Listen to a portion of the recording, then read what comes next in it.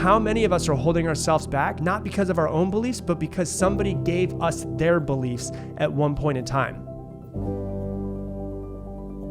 Today, we're going to talk about how you unconsciously hold yourself back from everything that you want in this world. And you won't truly get past it until, number one, you're aware of it, and number two, you figure out a way to work past it. And I'll give you a couple stories today that'll kind of help you lock this into your brain so that we can, kind of make this cemented. And where this came from is I saw a post somebody put up on Instagram, and it was of a horse that had, was tied up, but it was tied to a plastic chair. But it stayed in place all day long because it was tied to a plastic chair. And I saw this and it reminded me of a story. And the story is, there's a man that's walking down the street, and he sees over to his left, he sees that there's a whole bunch of elephants. And he walks up and he notices that all of these elephants are tied, and these are full-size elephants. They're tied by a little teeny tiny rope to just a small little tree. And so there's these huge elephants with small ropes tied to one of their legs, and they're tied to a little tiny tree. And he looks at it and he's like, these elephants could easily break this tree in half, and if they didn't break the tree, they'd easily be able to break the rope. So he goes up to the trainer and he says to him, why are all of these elephants just standing around? Like, they could easily break that tree and break that rope. Why are they just standing there when the rope is just tied to their leg? And he starts to tell him it's because when they're really, really young, what they do, and even though I hate that this is an actual true thing, but I'm telling this because it's going to make sense to you in just a minute. But this is true. This is actually how they train them not to leave. And what he says to them, though, is that when they were younger and real small elephants, they had the exact same rope that was tied to their leg, tied to the exact same tree. And as they grew, they didn't realize that they could break through it. And so what happened was they never had to put a bigger rope on them because they were conditioned to believe that they could not break away. So they never had to tie a bigger rope not because they physically couldn't do it anymore, but because mentally they didn't think that they could do it. And so one day in their lives, the elephants realized that they're powerless and they gave away their power. Now, I hate that story because it seems like animal cruelty, but also on the other side, this relates perfectly to the way that we hold ourselves back subconsciously. Why do I share the story is because was there one day or one moment in your life where you just gave up and you just gave your power away to somebody else's beliefs or somebody else that they said to you, or the fact that you'll never be enough, or because of the fact that you failed in the past, you're definitely going to fail again? Was there a day that you just gave up? Think about that for a second. And the next question I have to follow up with that is, if you stayed there forever and died in the place that you're in, would you be excited about it, or would you feel like there was wasted potential? Because ultimately, how many of us are holding ourselves back because of something that we failed at in the past? How many of us are holding ourselves back because of where we came from? And the fact that everyone that I know and when I was younger was poor, so therefore I'm going to be poor when I grow up because I'm just the same as everyone else that I was raised around. How many of us are holding ourselves back because of a belief that was programmed into us at a young age? And when I say programmed, I don't mean that it was like some evil person's like, ooh, I'm going to program Rob into not believing that he's worth it. What I mean is that sometimes you're just around people and people say things directly to you, or they say things to each other and you hear it and it locks into your brain and says, yeah, I will be in the same position because this is how everybody else, or I will be in the same position because my uncle when I was younger told me that I was dumb and I'd never be good enough, right? Some people just hear something at one point in time and it just locks into place. And how many of us are holding ourselves back because of what a teacher or a parent or a family member or a friend or a brother or sister said to us when we were younger and much more impressionable than we currently are right now? It's bad enough that we hold ourselves back from what we truly want because of limiting beliefs, but it's even worse when you realize that you're holding yourself back, not because of your own beliefs, but because of somebody else's beliefs that were around you when you were young and impressionable, and it just locked into your brain and you decided to keep it. And it's the example I always give is it's like somebody giving you a dirty shirt and you're younger and you put the shirt on and they just say, hey, this is your shirt. And you put the shirt on and then you just wear it your entire life and not even realize that you're wearing the shirt.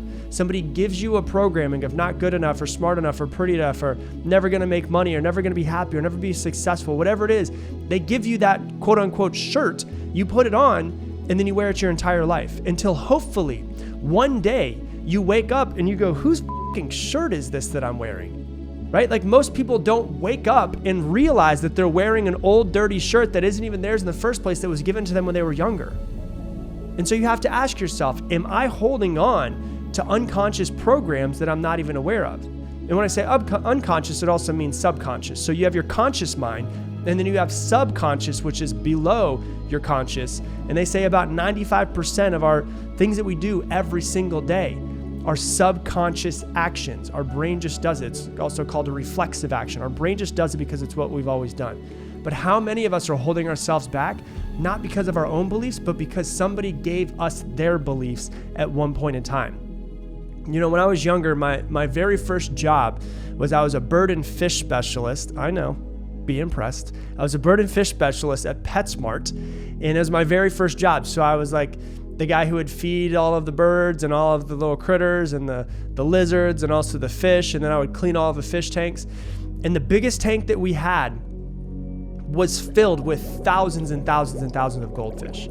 And one thing I knew from a very young age is that goldfish will only grow to the size of the actual bowl that they're put in. And so a goldfish that's in captivity will only grow to about 1 to 2 inches in a standard size tank, right? But if you go and you find a goldfish in the wild, goldfish will grow to 12 to 14 inches.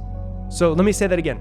A goldfish in captivity in a small little tank will only grow to 1 inch to 2 inches, but a goldfish out in the wild, in a stream, in a river, in a pond, will grow to 12 to 14 inches. So it will grow 6 to 7 times larger when it's inside of a larger body of water. Why in the hell do I say that? Because think about how sometimes you are around people that think small. Think about how their thinking small restricts your thinking to think small.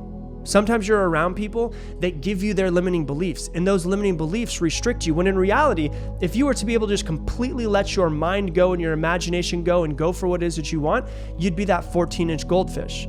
But you have all of these little programmings and these restrictions and people that are still around you that need to be released that are keeping you to be a 1 to 2 inch goldfish. You have so much potential to grow in to that massive goldfish, but because of the things that are going on in your mind and the people that you surround yourself with, you're not growing. And so sometimes when a fish isn't growing, you don't blame the fish, you blame the actual surroundings that it's in and the tank that it's in. So maybe if you're not growing, it's not 100% your fault at this moment. It might be the fact that you need to hang out with some new people. You need to release some people because they're actually restricting your growth from being who you could be. Hey, if you're enjoying this video, do me a favor and hit that like button down below. It helps with the YouTube algorithm so that more people can see this message because it helps us get it out organically. So hit that like button and I appreciate you. And so maybe there's people around you, once again, that are talking about how broke they are all the time. And you're subconsciously letting those broke programmings go into your mind. Maybe there's people that are around you that are just consistently negative all of the time. And they're just leaking that negativity into your brain. And it's hard for you to figure out how to be positive because you have all of these little subconscious programmings. 95% of what's running in the background of your head is just negative, negative, negative. It's really hard to grow outside of the bowl that you're in. And so what I think you should think of is, how many people around me are keeping me restricted? How many people around me are giving me their programmings? How many people around me are making me more negative, are making me more broke, are making me less happy, are bringing the joy and the peace out of my life? Because if someone's taking that and they're restricting you, maybe you should spend some less time with them. Maybe you should find some people that want you to succeed, that make you think bigger, that make you happier, that are always positive and find the good in things even when bad things happen, so that their programming start to leak into your mind. You know, it's like that it'll slowly leak in and you don't even notice it, but things people say will click into your brain, and things people say to each other and you overhear will click into your brain. So maybe you should be more cognizant of the people that you surround yourself with, as well as the programmings that you have. And that's the thing that's really hard about programming, is that if you're not looking for it, it's really hard to find. And so that's why I always say one of my favorite phrases is when you're inside of the jar, it's hard to read the label. What that means is then when you're inside of the jar of your life, inside of your own head, it's hard to see all of the little places where you're hung up. It's hard to see all of the little programmings that are holding you back. It's hard to see all of those little limiting beliefs and where they came from and how to get rid of them. So sometimes what you have to do is you have to actually take yourself out of the jar, out of your own head, and look at yourself as if you're somebody else and start to actually break down, what do I need to change about this person? What do I need to change about their mindset? What do I need to change about their surroundings? What do I need to change about the way that they think? What do I need to change about their programming? Because that's what's so hard about the programming, is that if you're not looking for it, it's really hard to find. And so the first step of almost anything in life is to become self-aware of it. And when you can become self-aware of it, you can start to see all the places that you're hung up and all the places where you're holding yourself back. But once again, it's subconscious, it's under the conscious mind, and it goes so deep. And I've been working for 14 years to uncover my programmings, and I've released some of them, and then one day something happens and I'm like, shit, I didn't even realize that I was still hung up right there. And that's something that I need to work through. And that's the beautiful thing about self-development, is I see us as just like a flower that just continues to have new petals that come up and then they fall off and you get new ones, and then other ones fall off, you get new ones and they fall off. That's kind of how it is with personal development, is that, eventually you work through something, and it can go and you can release it. It's like a dead petal that falls off of the rose. But what happens? Another one grows, and you start to become aware of another one and another one and another one. And you realize that this journey of life that you're on is not about becoming perfect. It's about just working through the little hangups that we have, realizing you might get to the end of your life and not get through all of them. And for some people, just that thought can make you really anxious. Or you can look at it and go, you know what? That's the journey that I can't change this journey. I'm on this life. So I need to figure out a way to work through these things and work through these programmings to make myself happier, because ultimately your happiness comes down to you. Your success comes down to you. Your peace comes down to you. Your joy comes down to you. The amount of money in your bank account comes down to you. The amount of people that you impact this world comes down to you. And so if you're going to be one of the people that changes, you're going to have to actually start the change. You're going to have to wake up one day like the elephant, if they could, look back at your foot and go, oh my God, I can break this. I didn't even realize how powerful I was. I can break this right now and I can just run off and I can be free, because I've been conditioned to think that I'm not good enough. I've been conditioned to think that I'm not able to succeed. I've been conditioned to think that where I come from, everybody ends up going to jail. I've been conditioned to think that I'm never going to get past the set of people that I'm in. And what happens is you wake up one day, you look back at your leg and you go, I'm going to break this damn thing. Like, I'm going to get past this. I don't see any reason why I need to be here anymore. And I'm going to go past this that I'm in. And just like the goldfish, what happens? You go from 1 inch to 2 inches. And here's the beautiful thing about growth, is that growth is exciting to people. One of the things that Tony Robbins says is that progress equals happiness. So if you're a little 1 inch goldfish right now, and you start releasing some of your programs and releasing some of your limiting beliefs, and stop hanging out with negative people and start being around people that make you think bigger and people that want to see you be successful, and you go from a 1 inch goldfish to a 2 inch goldfish, and then you look in your rearview mirror and you're like, man, look at how far I've come already. That little bit of progress makes you happy. And we want more happiness. So what do? We go, well, if I grew that much in 6 months, imagine how much I can grow in the next 6 months. And then so what happens? You get excited about growth. You start working harder towards being more successful, or towards growing more, being happier, more joyful, or more peaceful. And then you go from a 2 inch goldfish to a 3 inch goldfish. And you're like, holy crap, look at how much I've grown since I started on this journey.